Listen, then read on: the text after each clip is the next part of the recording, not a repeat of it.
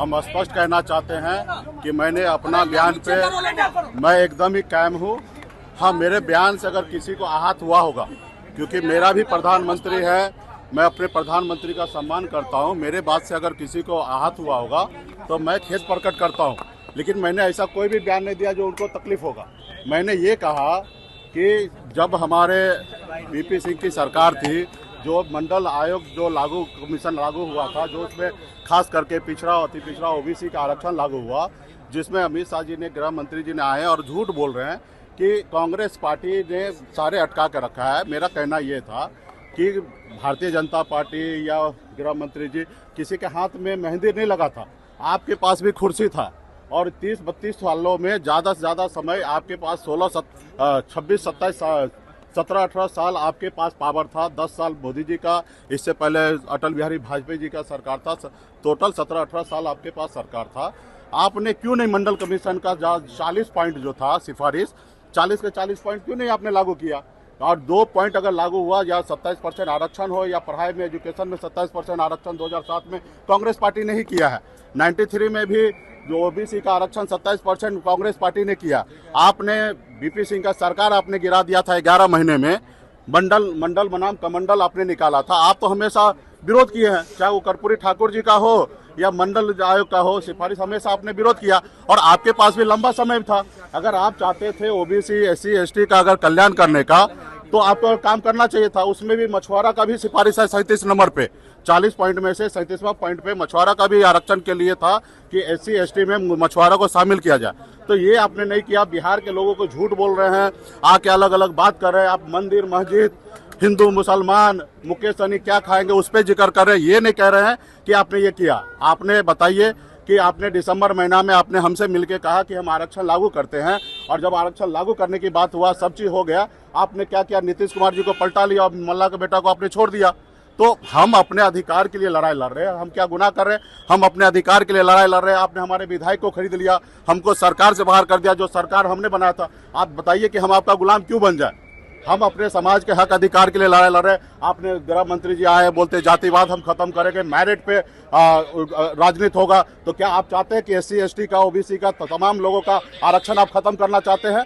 तो इसलिए आप सारे चीजें आपको स्पष्ट करना पड़ेगा कि आप किसके साथ है।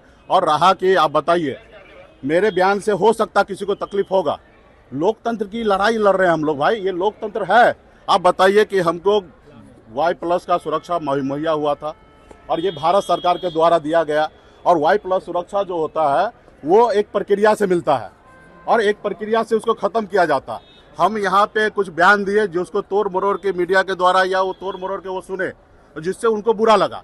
अब बुरा लगने से हमारे सुरक्षा से आपको क्या संबंध है?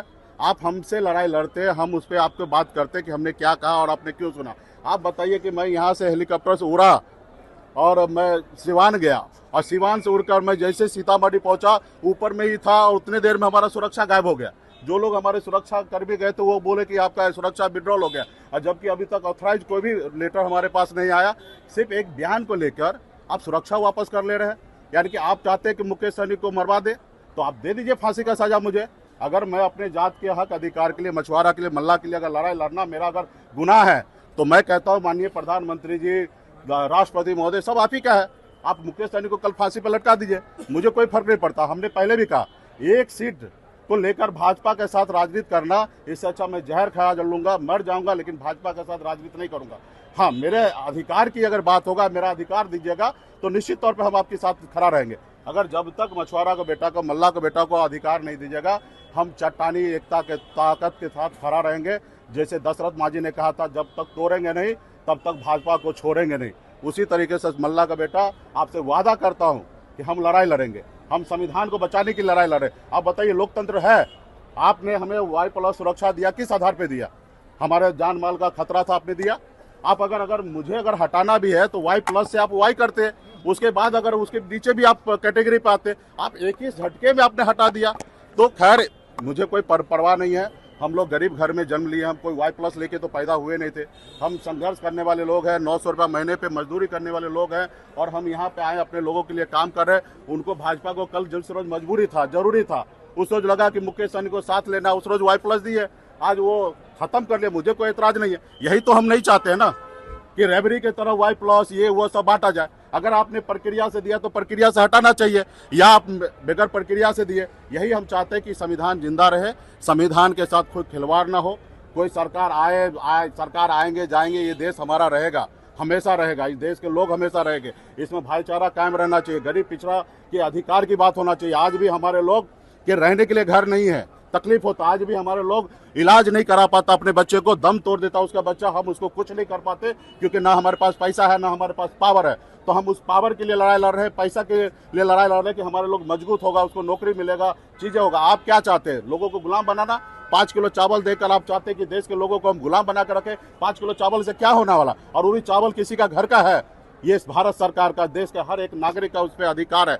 लेकिन आप लोग अलग तरीके से कर रहे हैं। आपने कुछ नहीं। हम तो प्रधानमंत्री से हाथ जोड़ के आग्रह करता हूँ, प्रधानमंत्री जी आप हमारे भी प्रधानमंत्री हैं। देश के 140 करोड़ जनता जो है उसका आप माई बाप है। आप उनके बारे में सोचिए, गरीब युवा के बारे में सोचिए। जो आपने 2014 में वादा किया वो सोचिए। मैं तो कहना चाहता हूँ कि 2014 में जो आपने भाषण दिया वही भाषण दीजिए अभी।